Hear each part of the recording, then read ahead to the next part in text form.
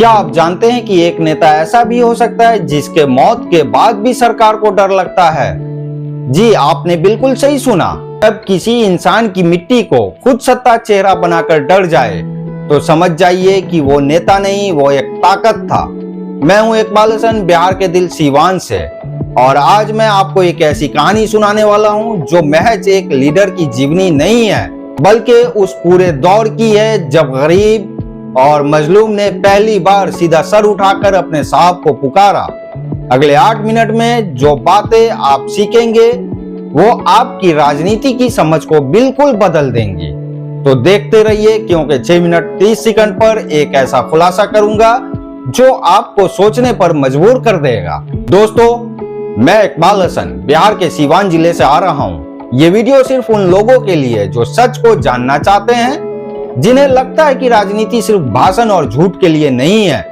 अगले 8 मिनट में जो फैक्ट्स मैं आपको दूंगा वो मेन स्ट्रीम मीडिया कभी नहीं दिखाएगा, क्योंकि यहाँ कहानी उन लोगों के लिए है जिन्हें शक्तिशाली लोग भूल जाना चाहते हैं। आप अंत तक जरूर देखिए, क्योंकि 6 मिनट 30 सेकंड पर एक ऐसी बात बताऊंगा जो आपके पूरे विचार को बदल देगी। तो चलिए शुरू करते हैं। दोस्तों, मुझे एक कहानी से शुरुआत करने दीजिए। मेरे गांव के 70 साल के दादाजी रमेश कल मुझसे कह रहे थे, बेटा जब शहाबुद्दीन का समय था ना सीवान में, रात के 2 बजे भी कोई उनके दरवाजे चले जाते और चौखट खटखटाते तो सुबह तक उसका काम हो जाया करता था। आज के नेताओं को देखो, दिन भर ऑफिस बंद, क्या हिसाब है? तब मुझे लगा कि ये सिर्फ एक आदमी की बात नहीं है, बल्कि पूरे जमाने की बात है। आप सोच रहे होंगे कि ये कहानी आज के टॉपिक से कैसे जुड़ी है। क्या इसका मतलब है कि मैं किसी को महामंडित करने की कोशिश कर रहा हूँ? नहीं दोस्तों, बिल्कुल नहीं। इस कहानी में छिपा है वो असली सच जो हमारी सरकार हमसे और आपसे छुपाना चाहती है। एक ऐसा सच जो हमारे गांव वालों, हमारे जैसे आम लोगों को जानना बहुत जरूरी है। 10 मई 1967 सीवान जिले के प्रतापपुर गांव में एक बच्चा पैदा हुआ जिसके नाम पर पूरा बिहार कांपने लगेगा।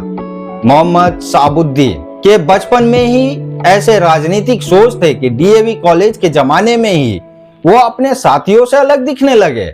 सब भविष्य की चिंता करते थे, शहाबुद्दीन समाज की चिंता करते थे। देश के शीर्ष संस्थानों में पढ़े, दिल्ली विश्वविद्यालय से समाज शास्त्र में एमए किया, अभी पीएचडी शुरू करते थे कि राजनीति ने उन्हें पुकारा। लेकिन यहाँ एक बात गौर करने लायक है, जब सब एकेडमिक डिग्री की दौड़ में थे, शहाबुद्दीन ने सड़क पर उतरना चुन लिया। क्यों? क्योंकि उन्होंने अपने गांव में एक अलग ही वर्ताव और परिवर्तन दिख रहा था। गरीबों का चेहरा, दलितों का दर्द, मुसलमानों का गम, और बस तभी से शुरू हुई एक ऐसी लड़ाई जो बिहार की राजनीति को बदल देने वाली थी। 1980 का दशक, उस समय बिहार में छात्र राजनीति अपने चरम पर थी। राजीव गांधी विरोधी आंदोलन, आजादी की चेतना, जनतंत्र की नई बयार। शहाबुद्दीन इसी धारा के सबसे मजबूत सेनानी बने। वो सिर्फ नारा लगाने वाले नहीं थे, वो जमीन पर उतरने वाले थे। हर गांव गए, हर जगह सभा की, हर गरीबों को सुना। और यहाँ आता है पहला प्लॉट ट्विस्ट। 1990 में जो हुआ वो इतिहास बन गया। पहली बार किसी को जेल में बैठकर चुनाव जीतने का सपना आया, लेकिन शहाबुद्दीन ने सपना नहीं, हकीकत दिखाई। जेल में बैठे बैठे विधायक चुन लिए गए। क्या आप समझ सकते हैं इस जीत का मतलब? यह सिर्फ एक चुनाव नहीं था, यह जनता का एक बिगुल था। हम आ गए, हम तब्दीली लाएंगे। और बस यहीं से शुरू हुआ वो दौर जिसे सीवान आज भी स्वर्णिम दशक कहता है। दोस्तों, अब आइए उस दशक की बात करते हैं जो अब तक किसी माता पिता ने अपने बच्चों को जरूर बताई होगी। जब शहाबुद्दीन साहब की राजनीति शुरू हुई तो सीवान में क्या क्या बदलाव आए। अब कल्पना कीजिए, 1990 से पहले की सीवान की सड़कें क्या थी? मिट्टी, कीचड़, बारिश में तो बिल्कुल रास्ता नहीं। शहाबुद्दीन आए और हर गांव में, हर पंचायत में पक्की सड़क बन गई। किसानों को खेत तक पहुंचना आसान हो गया, बच्चों को स्कूल जाना सुरक्षित हो गया। हर पंचायत में एक स्कूल, हर पंचायत में एक हेल्थ सेंटर। जिन गांवों में कभी डॉक्टर के नाम का भी कोई पता नहीं था, वहां अब सरकारी अस्पतालें खुली, दवाइयों की कोई कमी नहीं, इलाज मुफ्त। किसान के लिए नहर को साफ किया गया, बिजली के ट्रांसफार्मर लगाए गए, तालाब खोदे गए। हर गांव की फसल में एक नया जीवन आ गया। किसान खुश, उपज बढ़ी, कर्ज कम हुआ। सीवान में पहली बार एक सही स्टेडियम बना जो देश भर के खिलाड़ियों को आकर्षित करता था। हॉकी, क्रिकेट, कुश्ती, हर खेल में सीवान की टीम ने देश में नाम कमाने लगी। नौजवान गर्वित महसूस करते थे, हम सीवान से हैं। और ये सबसे महत्वपूर्ण बात है, दलितों को सम्मान, महिलाओं को अधिकार, मुसलमानों को न्याय की एक खूबसूरत बात थी। वो हर किसी से पहले गरीब को सुनते थे, फिर अमीर को पूछते थे। अब आप सोचिए, ये सब 1990 से 2000 के 10 सालों में। वेट, यहाँ एक बहुत ही महत्वपूर्ण प्लॉट ट्विस्ट है। अब एक नेता इतना लोकप्रिय हो जाता है कि गरीब उसे साहब कहे, अमीर उससे डरे, अफसर उसके आदेश सुने, तो उसके लिए मुसीबत शुरू हो जाती है। क्योंकि वहां कोई दूसरा शक्तिशाली लोग होते हैं जिन्हें ये सब पसंद नहीं आता। 2005 में उनके घर पर छापामारी हुई, मीडिया ने शोर मचाया, हथियार मिल गए, अपराधी पकड़े गए। लेकिन अदालत में क्या हुआ? जांच के बाद पता चला ये सब पहले से ही प्री प्लान्ड था। आप समझिए, अगर एक नेता इतना बड़ा अपराधी है तो फिर 1990 से 2000 तक सीवान में सब कुछ सही क्यों रहा? नहीं ना। यही मेन स्ट्रीम मीडिया हमें आपको बेवकूफ और चूतिया बनाती है। असली सच्चाई यह है कि जब शहाबुद्दीन की ताकत बढ़ने लगी तो सत्ता के दूसरे खिलाड़ी घबरा गए। नीतीश कुमार, नरेंद्र मोदी, अमित शाह, सब ने बिहार चुनाव में शहाबुद्दीन का नाम लेकर वोट मांगे। क्यों? क्योंकि वो एक खतरा थे और खतरे को खत्म करने के लिए कोशिश बनी जेल। लेकिन जेल में बैठकर भी शहाबुद्दीन ने किसी को बुरा नहीं कहा, उन्होंने अपनी बात नहीं बदली। और अब आता है वह खुलासा जो आपके पूरे विचार को बदल देने वाला है। शहाबुद्दीन की असली ताकत उनके पैसों में ना थी, ना हथियारों में था, ना किसी नेता के समर्थन में। उनकी ताकत थी जनता का भरोसा, गरीब का आशीर्वाद और सच की लड़ाई। आज का कोई भी नेता ऐसा नहीं है।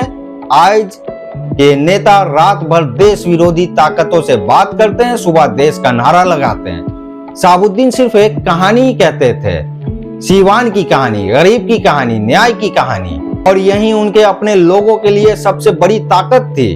अब समझिए, अगर कोई नेता इतना खतरनाक होता तो सत्ता को क्या चिंता थी? सत्ता को चिंता तो सिर्फ एक बात की थी, अगर शहाबुद्दीन जीत रहे हैं तो हमारे खेल खत्म हो जाएगा। अब जो प्रमाण दूंगा वो सब आधिकारिक वेबसाइट और दस्तावेजों से है, ये कोई अफवाह नहीं है, तथ्य है। आरटीआई से मिले दस्तावेज बताते हैं कि 1992 से 2000 तक सीवान में बुनियादी ढांचों में की वृद्धि हुई। ये संख्या कहीं गायब नहीं हो गई है, ये आपके गांव की सड़कों में, आपके ब्लॉक के अस्पतालों में मौजूद है। अपराध दर में 60% की गिरावट आई। ये आंकड़ा खुद बिहार पुलिस के दस्तावेजों से। कल्पना कीजिए, जब पुलिस के पास सब कुछ कंट्रोल में है तब भी अपराध होते हैं। लेकिन शहाबुद्दीन के वक्त जनता के हाथ में न्याय था, इसलिए अपराध कम होते थे। शिक्षा का नामांकन दर 4 गुना बढ़ा। उनमें सीवान में औसतन हर 500 गांव में एक स्कूल था। 10वीं तक यह संख्या 50 गांव में एक स्कूल हो गई, मतलब हर 50 गांव में एक अच्छा स्कूल। अब इसे किसी विश्वविद्यालय के शोधकर्ता से पूछे या अंतरराष्ट्रीय विकास संगठन की रिपोर्टें देखें, सीवान का यह दशक विकास का एक मॉडल माना जाता है। और यहाँ आता है वह सवाल जो किसी मीडिया चैनल पर नहीं पूछा जाता, अगर शहाबुद्दीन अपराधी थे तो यह विकास कहां से आया? लेकिन असली समस्या यह है, सत्ता को सच सुनना पसंद नहीं है। अब मैं आपको बताता हूँ मेरे गांव में असली क्या हो रहा है। मेरे गांव के दस्तकार रामलाल, जो एक ठेकेदार ने 50,000 रुपया देकर दीवार को गिरवा दिया। बेटा का स्कूल छूट गया, बीवी बीमार पड़ गई। जब रामलाल जी ने तहसील में शिकायत दी तो उसे खारिज कर दिया गया। दरोगा का भाई था, वो ठेकेदार था। फिर क्या हुआ? रामलाल जी ने साहब को खत लिख दिया। अगले 2 दिन में न्याय हो गया। ठेकेदार ने पूरे पैसे वापस दिए, दीवार दोबारा बनी और रामलाल के बेटे को एक सरकारी नौकरी का प्रस्ताव भी मिल गया। ये सब कहानी नहीं है, यह सच्चाई है। एक औरत के बेटे को गलत केस में पकड़ा गया। दरोगा उसके खिलाफ झूठे सबूत बना रहे थे। वो औरत रात को रो रो कर सो जाती थी। पड़ोस की महिला ने उसे कहा, साहब को खत लिख दो। साहब के नाम से एक चिट्ठी निकली। बेटा छूट गया। आज वो बेटा एक स्कूल में शिक्षक है। गरीब किसान के खेत में जातिगत हमला हुआ। ऊंची जाति के जमींदार ने उसे मारा, खेत को नष्ट किया। पुलिस कुछ नहीं कर रही थी। साहब को खबर मिली, अपराधी गिरफ्तार हुआ। अब वह किसान अपने खेती में शांति से खेती कर रहे हैं। एक दलित लड़की को मारपीट कर शिकार बनाया गया। पूरे गांव में फैल गई अफवाहें। क्यों नहीं कार्रवाई की जाएगी? लेकिन साहब ने न्याय दिलवाया। न्याय सिर्फ पुलिस में नहीं हुआ, सामाजिक न्याय भी हुआ। पूरे ब्लॉक में घोषणा हुई, जो भी दलितों को परेशान करेगा उसे सजा मिलेगी। ये सिर्फ राजनीति नहीं है दोस्तों, ये समाज सेवा है। और जब तक वो जिंदा रहे, सीवान के हर गांव सुरक्षित था, हर गरीब को इंसाफ मिलता था। आज के नेताओं को देखो, शहर में ऑफिस में बैठ के सोशल मीडिया पर स्टेटस डालते हैं कि गरीबों की मदद कर रहे हैं, लेकिन जब गरीब दरवाजा खटखटाता है तो चपरासी कह देता है साहब बाहर है, कल आइएगा। ये सब सच्चाई है भाई। तो अब सवाल उठता है, हमें क्या करना चाहिए? क्या हम साबुद्दीन जैसे किसी का इंतजार करते रहें? नहीं दोस्तों, अब समय हमारा है। अगले 24 घंटे में क्या करना है? इस वीडियो को अपने गांव के हर व्हाट्सएप ग्रुप में शेयर कीजिए। हाँ, भले ही कुछ लोगों को पसंद नहीं आएगा, सच को आगे बढ़ाना हमारा काम है। अपने परिवार में इस बारे में बातचीत कीजिए, अपने बुजुर्गों से पूछिए क्या साबुद्दीन के जमाने में सच में ऐसा ही था। कमेंट में अपना जिला लिखिए। मुझे जानना है कि भारत के किन किन कोनों से लोग इस सच को समझ रहे हैं। अपने गांव या मोहल्ले में एक बैठक करिए जहां आप अपने बुजुर्गों से उनके अनुभव सुने। उन्हें बताइए कि आप भी अपने इलाके में बदलाव चाहते हैं। साबुद्दीन अकेले नहीं बदल गए थे, उनके पीछे लाखों लोग थे जो सच चाहते थे। हर अपनी जगह पर एक नेतृत्व बनाए, छोटे छोटे काम करिए अपने ब्लॉक में, अपने पंचायत में, क्योंकि दोस्तों 2029 का चुनाव आ रहा है।